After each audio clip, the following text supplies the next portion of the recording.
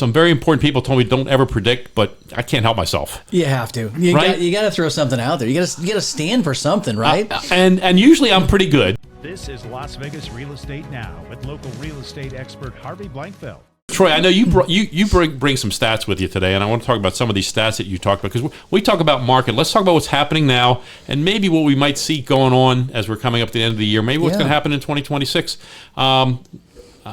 Some very important people told me don't ever predict, but I can't help myself. You have to. You got to throw something out there. You got to stand for something, right? And usually I'm pretty good. Usually, Yeah. I mean, because we follow the market so closely. We're looking at month over month over month for the last umpteen years. Yeah. And we can kind of see what's coming to a certain extent. Yeah. So tell me right now, like for instance, when we talk about home sales, let's talk about that. Let's talk about what's going on, Troy. What do you got for us? Yeah, I mean, there's a lot going on, and all the research I've been doing, Harvey, and you and I were just talking before the show as well, is 26 looks a little better than 25 was. I think so too. I think we're all cautiously optimistic. Yeah. But at the same time, none of us want to get bit on our predictions. Of course not. But when you look at it and you see where we've been and where we're going, all signals are saying we should be in the high fives for interest rates by the end of next year. Which will be great. Once we start ticking into the fives, I think that's going to be a major loosener of our market. That's going to be a big thing. It's that glass floor. You break that glass floor. Yeah. It makes all of us, me too. It makes me go, hey, well, my gosh, maybe it's time to get back in the market. Yeah, how about that? Well, and it brings a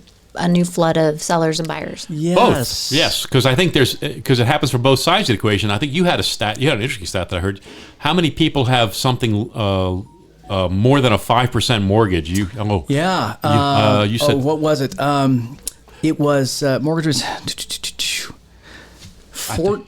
No, that was my investor stat. Yeah. Excuse me. Let me find this. 14%. That was an important stat too. Yeah. 14% of single-family homes are investors in Las Vegas, which is much lower than most people think. When you hear all the stories about how much Vegas Vegas, to be, for sure, right? You think? I think that they did divest a lot during the pandemic when they saw prices going up. I think they got out of it. A lot of them got out. They did, and it was quiet though. It was. We didn't hear about quietly. that. Yes, you're we right. Didn't hear about it. So they liked the numbers. I think that what the other stat you said was that 7%. 7% of homeowners have mortgages under 5%. Okay, there you go. Yeah, 7%. Yeah.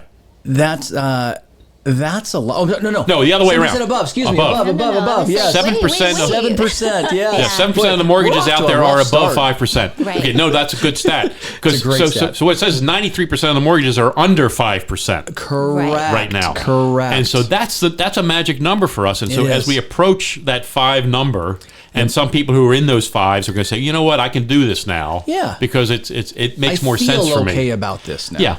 I would say that the people that are buying and there are people buying and selling right now. It's not like nobody's doing nothing. There's still activity happening.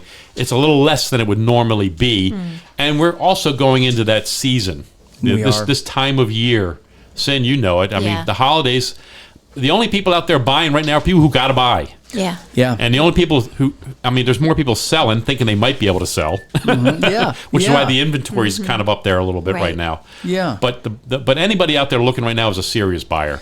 Yeah, and they're making fairly quick decisions at the same time as well. Indeed. Right.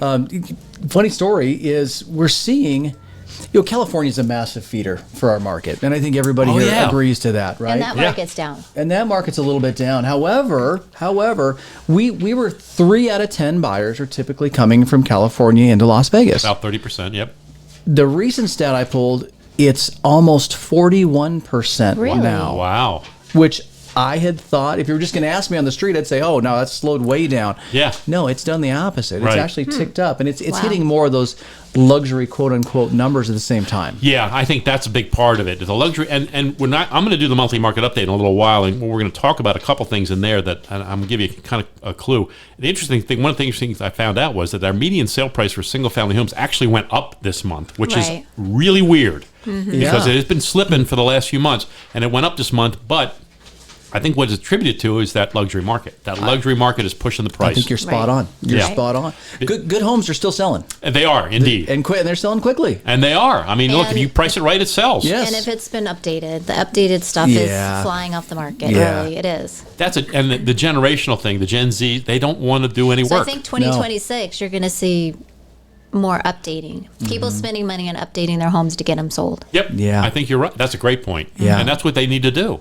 If you want, I mean, it's we've talked about in the past the idea of flip your own home. Right? Yeah. Yeah. Why not invest the money yourself instead of selling it to some guy? He'll put the money in and he'll make more profit.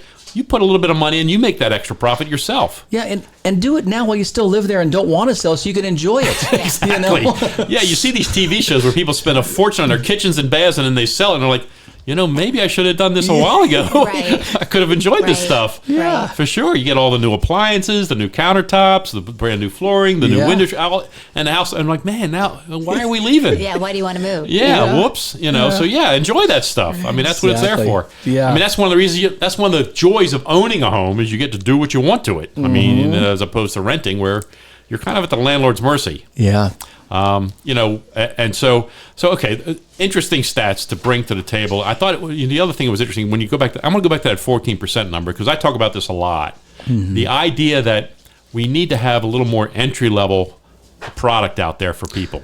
Yes. Right? Yes. I mean, yes. it's so important right now. The median price is so high, and you talked a little bit about the I don't see how that's I just don't see that changing anytime soon. It's hard. There's got to be incentives for the builders to do it. There's got to be. The state's got to say to the builders, listen, if you do this, we're going to do that. Right. There's got to be something that they throw at them, some kind of a tax advantage or something by building homes at a price point that's at an entry level. Give me a townhome, at $300,000. Give me some more of those. Well, give people a reason to want to buy or move. True. Because a recent stat I found was that people are living in their houses 11 years now before making a move. Yeah.